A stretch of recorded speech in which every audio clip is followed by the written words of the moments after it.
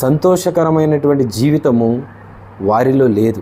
జీవితం అంతా వెనతిరిగి చూసుకుంటే సంతోషమైన క్షణాలు, మెమొరబుల్ డేస్ ఏవైనా ఉన్నాయా అని కనుక చూస్తే వారికి బహు తక్కువ వారి జీవితంలో కనబడుతూ ఉంటాయి. మా దినములు లెక్కించుట మాకు నేర్పము.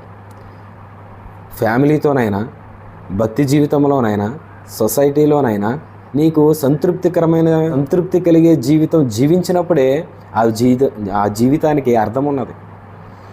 అందుకే మనము మన యొక్క ప్రయాసతో మన దినాలు గడపడం కాదు, కానీ దేవునికి లేదనుకుంటే మన జీవితంలో మనకి కొన్ని అనుభవపూర్వకమైన లేదా తీపి జ్ఞాపకముగా ఉండేటట్లు మన దినాలు గడపాలి.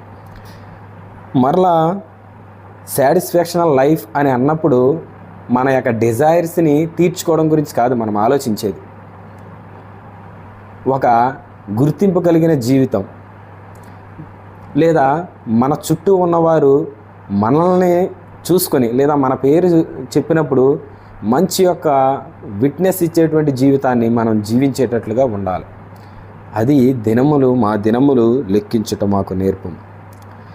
ఆయన ఈ ప్రార్థన చేయడానికి గల అర్థం ఏంటంటే, ఐగుప్తు దేశము నుంచి ఇశ్రాయేలీలందరూ కూడా అరణ్యంలో వారు చేసినటువంటి ప్రయాణం కావచ్చు, నివసించిన కాలము కావచ్చు, 40 సంవత్సరాలు అరణ్యంలో జీవించారు.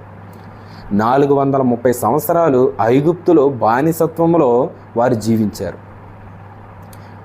ఆ బానిసత్వంలో జీవించిన జీవితంలో కానీ, అరణ్యంలో జీవించిన జీవితం కానీ వాళ్ళకి అనుభవాలు మిగిలినవి, కానీ వారి జీవితమును దేవునికి సంతోషకరంగా కానీ